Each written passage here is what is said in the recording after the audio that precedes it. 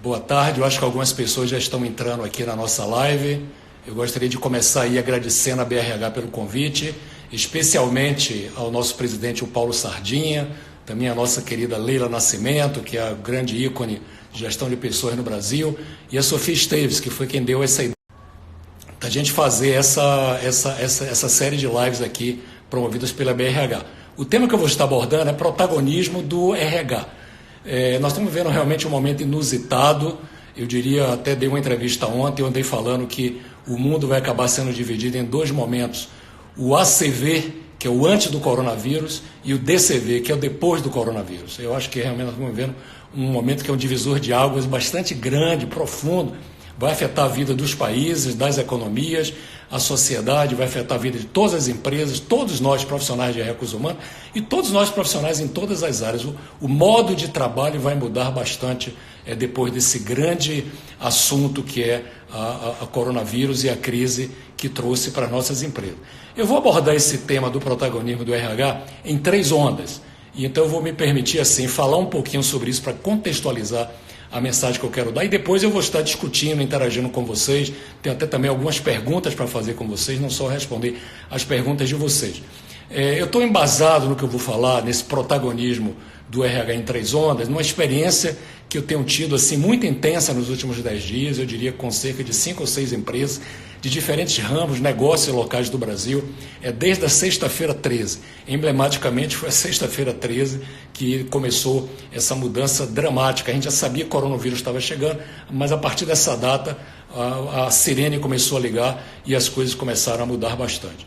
Então, o que é que eu tenho visto aí de melhores práticas entre essas empresas que eu tenho acompanhado de perto e uma série de outras que eu tenho participado também. Eu sou membro de um grupo, de um fórum de CEOs, de 150 presidentes de empresas no Brasil, então diariamente a gente tem discutido esse assunto. Estou assim, eu diria, com um termômetro debaixo do braço nesse assunto da crise do coronavírus e também as consequências na crise na economia mundial, especificamente aqui no Brasil. Quais são essas 3 ondas? A primeira onda, eu diria, é a onda já deflagrada, é a onda emergencial, é a onda de ações imediatas. Começou na semana passada, nós estamos no momento, esta semana, vivendo essa onda e vamos continuar ainda, provavelmente, mais alguns dias, ou pelo menos até a próxima semana. O que é que essa onda significa? O foco é cuidar das pessoas e familiares. É o home office, é a limpeza, é a vacinação, é o combate à doença, com orientações. Essa onda tem foco nos colaboradores e num pilar, que é o pilar saúde e segurança. Ela é fundamental. Eu diria que é a ação, a iniciativa 1.0, é cuidar das pessoas, familiares, a coisa mais importante na vida das empresas, nós sabemos disso. E dar todas as instruções naquilo que a gente não está acostumado a fazer, que é ter uma grande massa de pessoas trabalhando em home office e as orientações sobre limpeza, como vacinar, como cuidar dos seus familiares, como se proteger e assim por diante.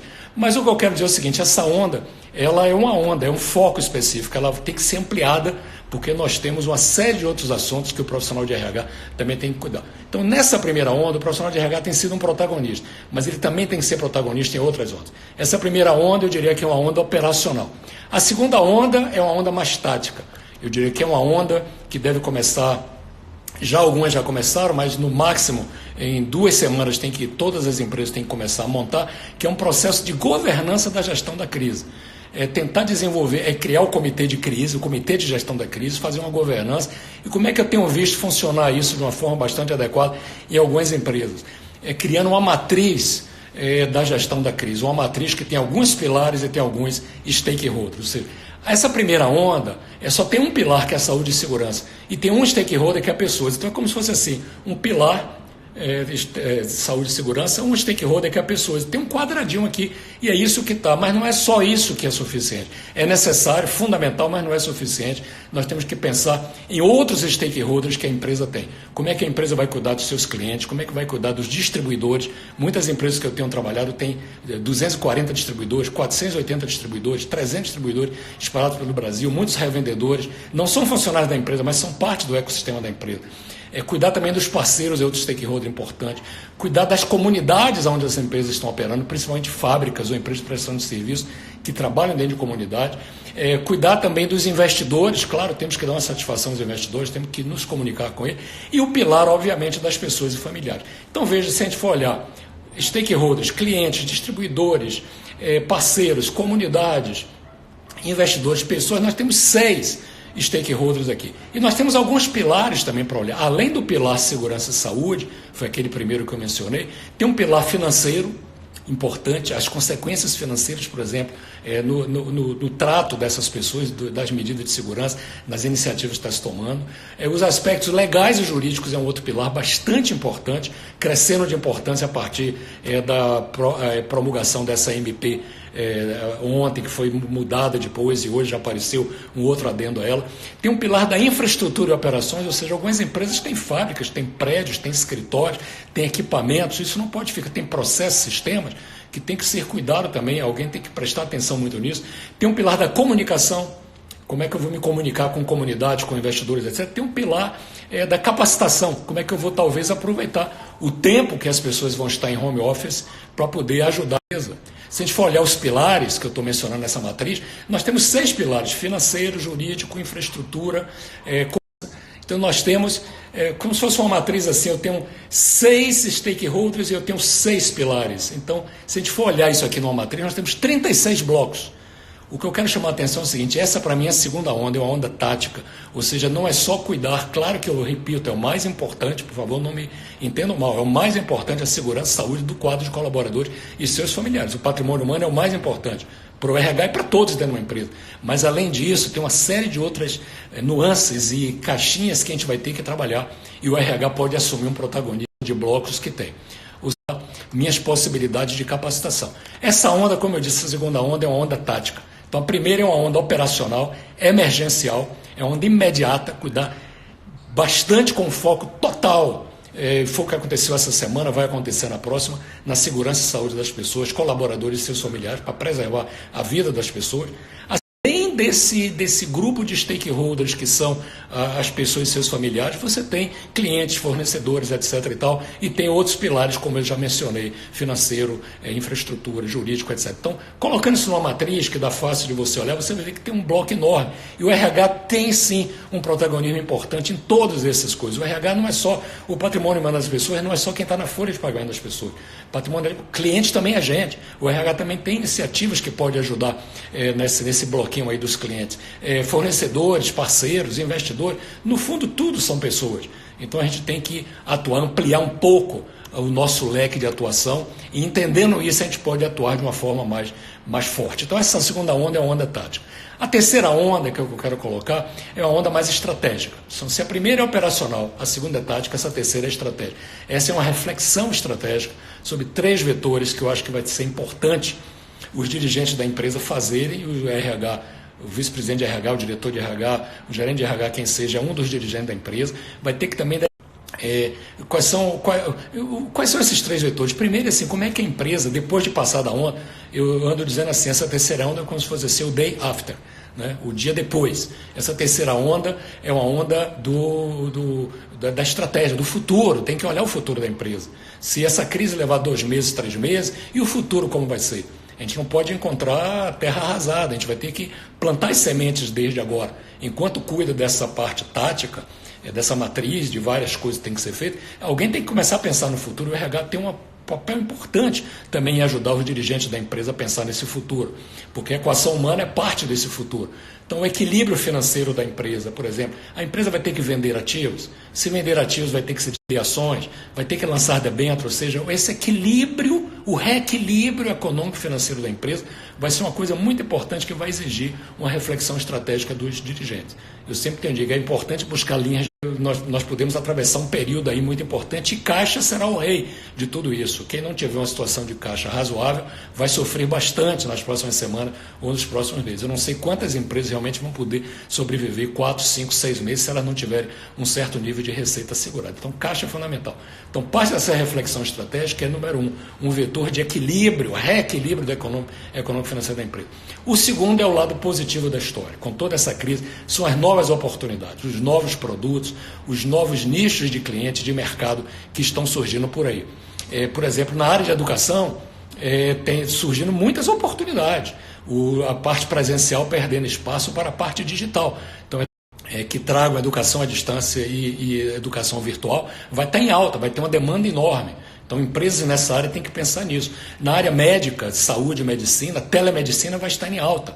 cada vez mais vai estar em alta. Lazer, quer dizer, com tanta gente em casa, em confinamento, quarentena, etc. e tal, com famílias inteiras, condomínios, etc. Novas formas de lazer estão surgindo. O negócio de delivery vai aumentar muito, muitas oportunidades. O negócio digital também. Ou seja, em praticamente todos os negócios nós vamos ver novas oportunidades, porque os hábitos dos consumidores vão mudar. Então é importante alguém estar ligado, enquanto tem um grupo lidando com a crise, a gente está na parte a parte emergencial, como eu falei, da primeira onda, ou essa parte mais tática, que é da matriz de governança da gestão da crise, que é a segunda, algumas pessoas vão ter que estar pensando no futuro, e o futuro é o reequilíbrio econômico-financeiro, o futuro são essas novas oportunidades, novos produtos, novos nichos de mercado, novos hábitos do consumidor, e muita coisa vai se abrir. Aquele velho ditado, toda vez que existe uma crise, existem também oportunidades. O que eu quero dizer é o seguinte: a gente não pode todo mundo só afundar no problema sem olhar novas oportunidades. É um momento, como eu estou vendo aqui, alguém colocando para aguçar ainda mais a criatividade. Criatividade, inovação vai ser fundamental. A gente não pode só lidar com o lado da crise, a gente tem que ver o upside, tem que ver o lado positivo da questão e essas oportunidades. Então o RH com tecnologias de agile, de squad, de design thinking, o RH pode trazer coisas assim e fazer com que um certo grupo da empresa comece a pensar nessas novas oportunidades, assim como no novo reequilíbrio que é a empresa. E o terceiro vetor é o vetor dos riscos, ou seja, essa crise toda está trazendo uma consciência de riscos futuros, porque o risco não é só o coronavírus, o risco também é um risco, o risco da economia como um todo, você vira a volatilidade que isso aconteceu, mas tem empresas também que vão passar por riscos ambientais. Pode ser que ao ter todo mundo em casa, em home office, aumenta os riscos ambientais, o risco comparando com um problema grande que é a dependência em um único cliente. Tem empresas que têm 60% do seu negócio está na mão de um. Eu acho que essa crise está servindo para dar consciência às pessoas de que uma empresa não pode ficar totalmente dependente de um ou dois clientes apenas, ela tem que ter uma distinta, tem que cuidar da parte ambiental, da parte social, da complexidade da economia, que podemos ter em alguns lugares, em algumas comunidades, situações de ruptura de segurança social. Então é uma nova coisa de risco que a gente tem que pensar para o day after. Então, em resumo, das coisas emergenciais, urgentes tem que fazer. O RH, eu sei que a maioria dos que eu conheço estão envolvidos nisso visceralmente, fazendo um excelente trabalho. Conheço algumas empresas, não quero mencionar nomes aqui para não ser deselegante com outros, mas conheço 8, 10, 15 empresas fazendo um trabalho notável. O RH tem sido assim o protagonista realmente na gestão dessa crise no parte mais imediata, mas o RH tem que se preparar para o segundo passo. Uma vez dominado esse assunto mais imediato, essa governança que o RH não pode se esconder, não pode se omitir, tem que ser um protagonista nessa governança ao desenhar essa matriz nas diferentes stakeholders, diferentes pilares e ver onde é que pode realmente contribuir. E nessa reflexão estratégica, que é a terceira onda, mais estratégica para o day after, o RH também tem que participar isso intensamente, para poder ajudar a pensar sobre o futuro, porque o que ficou mais evidente aqui é que o maior patrimônio da empresa, o maior ativo da empresa realmente é o patrimônio humano. Aquele que muitos falavam por idealismo, porque era politicamente correto, agora está todo mundo entendendo que 100 pessoas, 100 SEM pessoas, as empresas param, a economia para, o mundo para, e as consequências são gravíssimas. Então, são as pessoas que movem o mundo, nós temos que aproveitar esse momento para realmente refletir sobre tudo isso. E o RH, esse é o momento que o RH tem que colocar a faca nos dentes, ir para a linha de frente e fazer tudo o que tem que fazer, visando ajudar essas empresas, salvá-las e assim por diante. Atuar, como eu estou vendo aqui, alguém colocando de uma forma coordenada e alinhada com todos os stakeholders. Isso aí, bingo, quem escreveu isso acertou na mosca naquela mensagem que eu estou querendo colocar. O maior patrimônio humano, o maior patrimônio da empresa é o humano. E, infelizmente, é o primeiro a ser cortado, infelizmente. Mas eu acho que aí é um apelo que eu quero fazer. Nós, profissionais de RH, temos que lutar bastante para não deixar com que muitas empresas cometam a bobagem de sair demitindo, porque esse é um barato que vai sair caro no futuro. Essa é uma economia que não é uma economia muito inteligente. Por quê? Porque o custo de demissão e depois uma readmissão na retomada, esse custo de turnover é horrível, é terrível, é muito grande, isso aí vai sair muito caro no futuro. E segundo também, as empresas que saírem cortando na carne vão ter sérios problemas no futuro de competitividade, na hora que houver a retomada, porque nada é eterno, essa retomada vai acontecer. E eu quero colocar aqui um sentimento de otimismo saudável.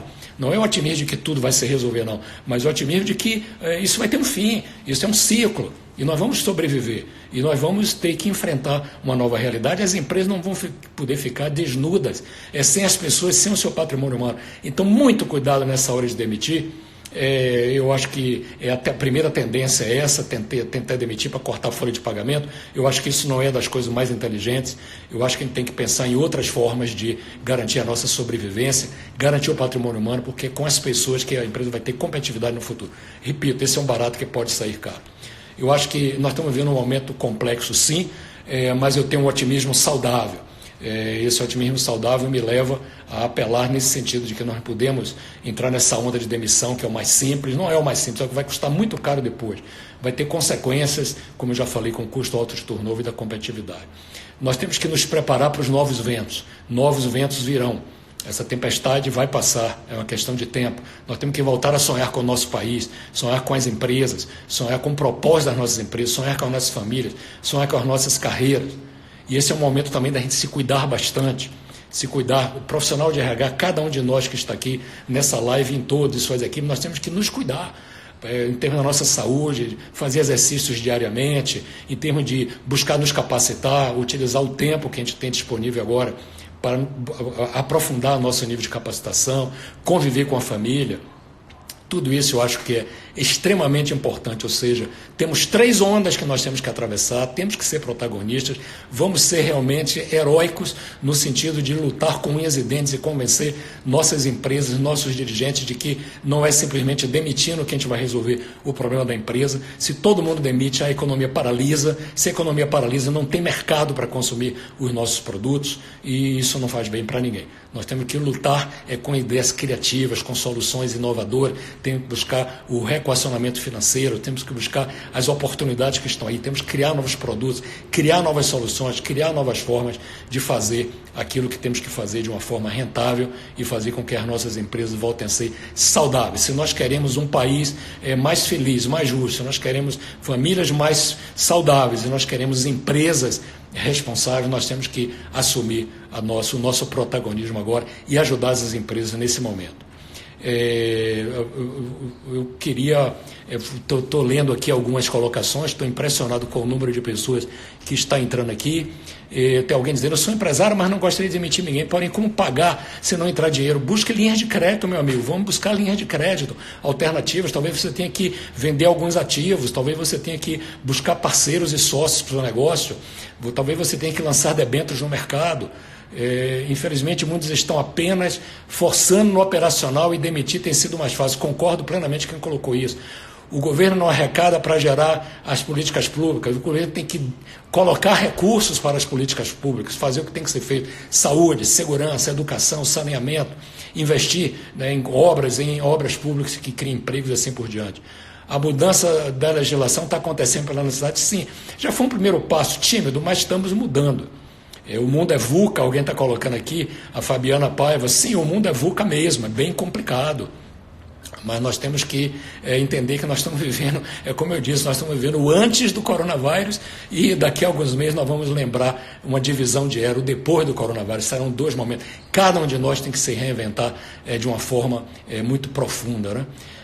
Saiu a MP para trabalhista, saiu, está sendo remendada, vamos esperar com que e o ABRH está tomando aí, eu soube hoje, o Paulo Sardinha estava compartilhando comigo, com a Leila, com uma série de pessoas, com o Volney, a CNI convidou a ABRH para propor soluções, o Paulo Sardinha, nosso presidente da ABRH, está levando propostas de soluções para a CNI levar. Alguém colocou aqui, o capitalismo agressivo vai perder lugar. Sim, está perdendo lugar.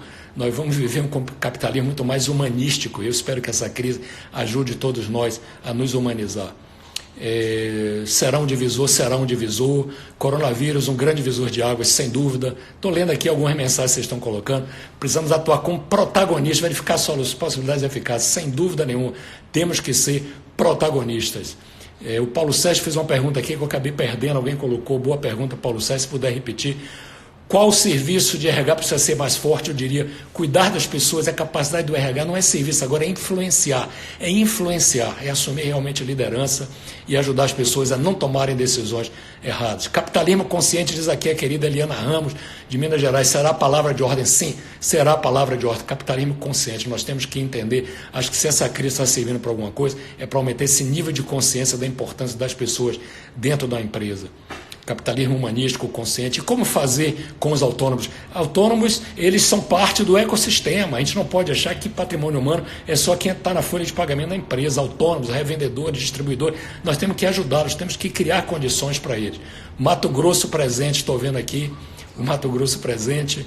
Bem, são algumas colocações. Eu quero fazer aqui alguns comentários. Eu queria fazer uma pergunta para vocês, se vocês puderem me mandar por aí agora, é o seguinte: qual é o maior desafio que você acha que vai enfrentar nas próximas semanas?